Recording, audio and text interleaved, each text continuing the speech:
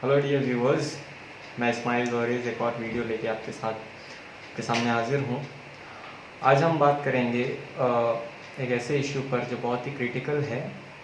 और जिसका रिलेट सीधा एक उत्तराखंड डिस्ट्रिक्ट के एक टाउन भटकल से है। काफ़ी पिछले कुछ दिनों से हम लोग ये बात शायद आपने भी नोट करी होगी कि भटकल एक बार फिर से सारी हेडलाइंस पर आ चुका है और काफ़ी सारी मीडिया स्टोरीज इस पर बन चुकी हैं पिछले एक हफ्ते के अंदर। तो आज हम जानने की कोशिश करेंगे कि असल में इस पूरी स्टोरी का बैकग्राउंड क्या है और इस कैसे भटकल फिर से एक बार पूरी हेडलाइंस पर सुर्खियों में आ गया है। सबसे पहले तो बात यहाँ से शुरू होती है कि एक ये जो पूरा इंसिडेंट है, ये पूरा जो मसला है वो फेक न्यूज़ को लेके और फेक मीडिया जो कुछ मीडिया हाउसेस के दोगलेपने की वजह से है। तो सबसे पहले कहानी यहाँ से शुरू होती है कि मई 11 को जब एक भटकल की फैमिली मैंगलोर आती है एक 6 साल की बच्ची को लेकर, जिसका हाथ लेफ़्ट हैंड फ्रैक्चर हो चुका होता है, उसको लेकर फैमिली भटकल से मैंगलोर आती है उसके ट्रीटमेंट के लिए। तो जब वो फैमिली ट्रीटमेंट के लिए मैंगलोर आती है और हॉस्पिटल पहुंचती है तो हॉस्पिटल में नॉर्मल सा सीन होता है, जैसे कि एक 6 साल की बच्ची को जिस तरह नॉर्मल डेज पे ट्रीट किया जाता है उसी तरह से ट्रीटमेंट होता है। और जिस तरह से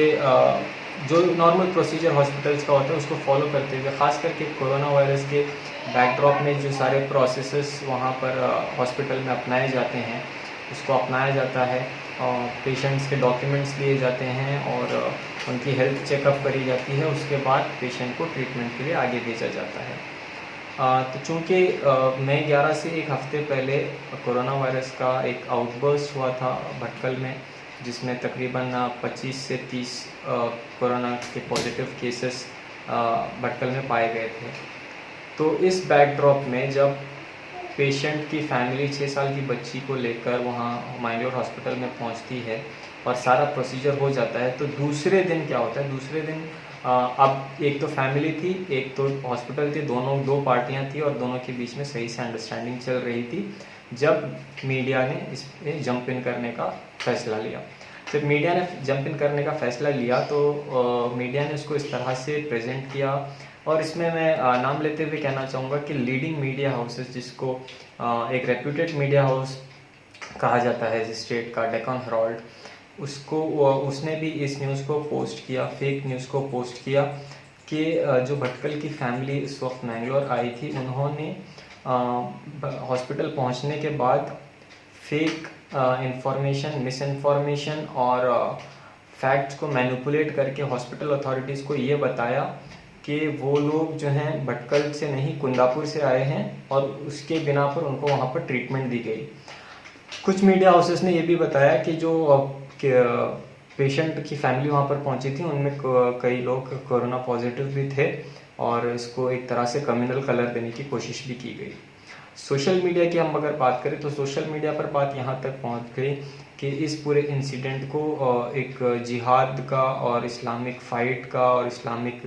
प्रोपेगेंडा और एजेंडा का नाम दिया गया कि 6 साल की बच्ची को हाथ तोड़कर ये लोग यहाँ पे लेके आए। इनका मकसद था कि यहाँ पर कोरोना वायरस को फैलाना है।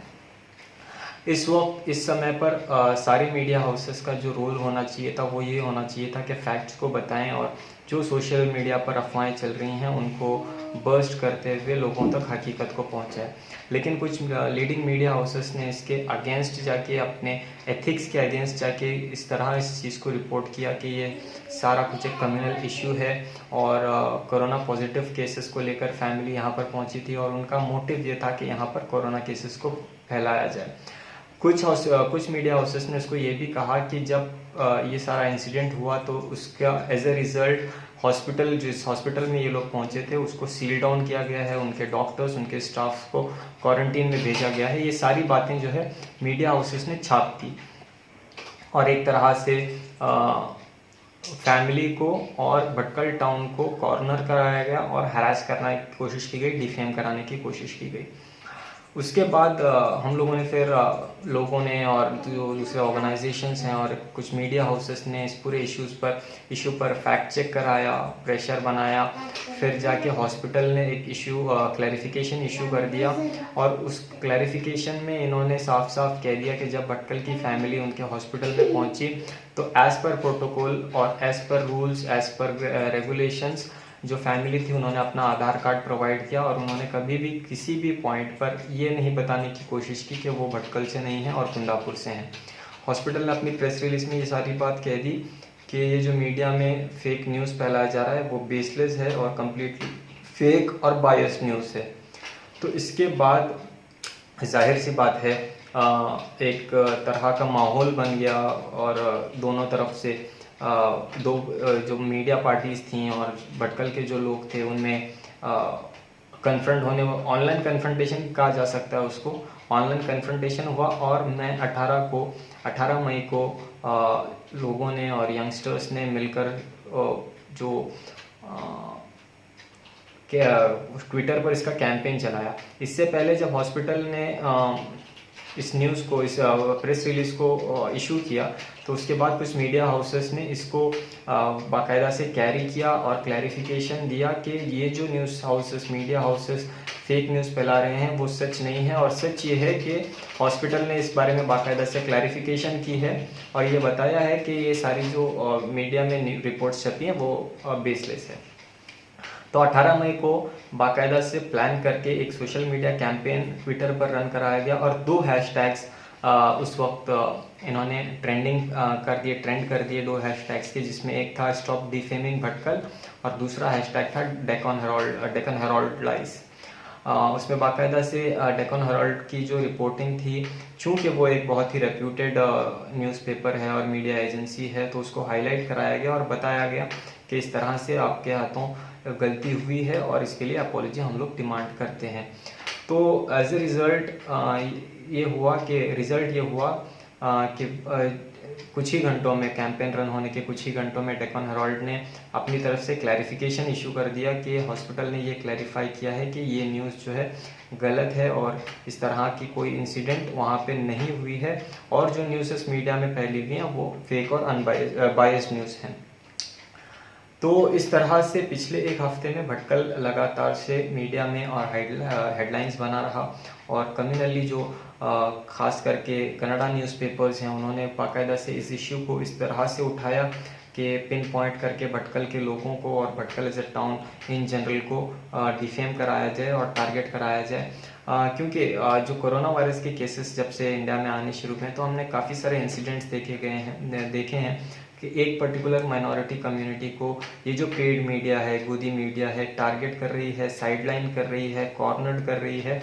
और उनको कोरोना वायरस का जो पैंडमिक है उसको यूज़ कर रही है as a tool to sideline and corner and harass people of one particular community in this country. तो इस तरह से पिछले एक हफ्ते में जो डेवलपमेंट्स हुई उसका पूरा तरह से निचोड़ बना के एक ट्विटर कैंपेन बनाया गया और जिस तरह से 6,000-7,000 ट्वीट्स जैसे ही सामने आए तो जो मीडिया हाउसेस थे वो भी बौखला गए और एक जो लीडिंग मीडिया हाउस था जिसको उन्होंने बाकायदा से टारगेट किया था वो बिल्कुल सामने से आके उन्होंने क्लैरिफिकेशन दिया है। ऑल्दो जो भटकल के लोग हैं अपॉलॉजी डिमांड कर रहे हैं officially on record, but it is still awaited. तो ये जिस तरह से फिर से बात वहीं पे आती है कि हम ऐसे टाइम पे कैसे इस एरा में और इस रेजिम में कैसे आके पहुंच गए कि हम लोग एक पैंडमिक को, हमारी सोसाइटी में एक पैंडमिक को जो एक इमरजेंसी सिचुएशन है, जो एक बहुत ही दुखद और कंसर्निंग कंडीशन में हम लोग जी रहे हैं। हम लोग एक दूसरे से मिल नहीं पा रहे हैं, एक दूसरे से वैसे ही हाथ नहीं मिला पा रहे हैं, एक दूसरे से वैसे ही सोशल डिस्टेंसिंग और फिजिकल डिस्टेंसिंग करने पर मजबूर हैं। तो एक मीडिया हाउस इस चीज़ को कैसे मैनिपुलेट करके प्रेजेंट कर सकता है कि इन लोगों के बीच में between the people of 2 different communities या 3 डिफरेंट कम्युनिटीज़ और सेवरल डिफरेंट कम्युनिटीज़ को कैसे वो फिल्टर करके और दूरियां बढ़ाएं। तो लोग मेरे व्यूवर्स से यही मैं गुजारिश करूँगा कि जो न्यूज़ेस और मैनिपुलेटिव न्यूज़ेस और स्टोरीज़ कैरी करी जा रही हैं, चाहे वो कोई भी मीडिया हाउस हो। आज हम लोग देख रहे हैं कि डेक्कन हेराल्ड जैसे अगर लीडिंग मीडिया हाउस स्टोरीज़ को मैनिपुलेट कर सकता है या स्टोरीज़ में एरर कर सकता है, तो इट्स बेटर कि आप जब तक हमारा ये as a citizen of this country ये फ़र्ज़ बनता है कि हम लोग किसी भी न्यूज़ को जो है बिना वेरिफिकेशन, बिना ऑथेंटिकेशन फॉरवर्ड ना करें, एंडोर्स ना करें। क्योंकि स्टार्टिंग फेज में जब ये रिपोर्ट्स आई थी, उसी के बिना पर कुछ सोशल मीडिया यूज़र्स ने इस न्यूज़ को फॉरवर्ड किया था और मैनिपुलेट करके ये यहाँ तक बता दिया था कि ये न्यूज़, ये इंसिडेंट जो उस रात उस दिन हॉस्पिटल में पेश आया, ये एक बाकायदा से जिहाद का इशू था। क्लैरिफिकेशन ये भी देना चाहूँगा कि जिस तरह से जब वो फैमिली हॉस्पिटल में पहुंची तो as per protocol hospital authorities ने डिस्ट्रिक्ट ऑफिशियल्स को इन्फॉर्म किया कि भटकल से एक फैमिली यहाँ पर आई हुई है। Taking note of that, the district administration immediately rush to the hospital और फैमिली से मिली। फैमिली के स्वैब सैंपल्स निकाले गए और टेस्टिंग के लिए भेजे गए, क्योंकि जो बच्ची की माँ थी, उनको जब वो रो रही थी, दुख हो रहा था उनको अपनी बच्ची का हाथ और सर्जरी देखते हुए, तो उस वक्त उन्हें लोगों को लग रहा था, हॉस्पिटल अथॉरिटीज़ को लग रहा था कि उनको शायद ब्रीदिंग का प्रॉब्लम हो। तो ये चीज़ भी डिस्ट्रिक्ट एडमिनिस्ट्रेशन के नोटिस में लाई गई और इमीडिएटली उनके स्वैब सैंपल्स निकाल के टेस्टिंग के लिए भी भेजे गए, which return as negative for corona virus. ये बहुत ही इम्पॉर्टेंट पार्ट है इसका, क्योंकि सोशल मीडिया पर जब पहली न्यूज़ वालों ने जब न्यूज़ छापी और उसके बाद इन न्यूज़ आइटम्स को लेकर जो एजम्पशंस और जजमेंटल बेस पर लोगों ने इसको फॉरवर्ड किया कि ये एक जिहाद का पार्ट है और ये लोग कोरोना वायरस फैलाने के लिए यहाँ पर आए थे, that is very concerning. So I request once again सारे व्यूवर्स और रीडर्स से कि जब तक आपको पर्सनल किसी न्यूज़ का, खास करके जो कम्युनल टेंशन फैला सकती है उस तरह की न्यूज़ का, जब तक आपको कम्प्लीटली वेरिफिकेशन, ऑथेंटिकेशन नहीं मिले, एक नहीं 2 3 4 सोर्सेज से नहीं मिले, तब तक आप इसी चीज़ को ना एंडोर्स करें, ना फॉरवर्ड करें, ना मैनिपुलेट करके आगे भेजें। This is very critical time for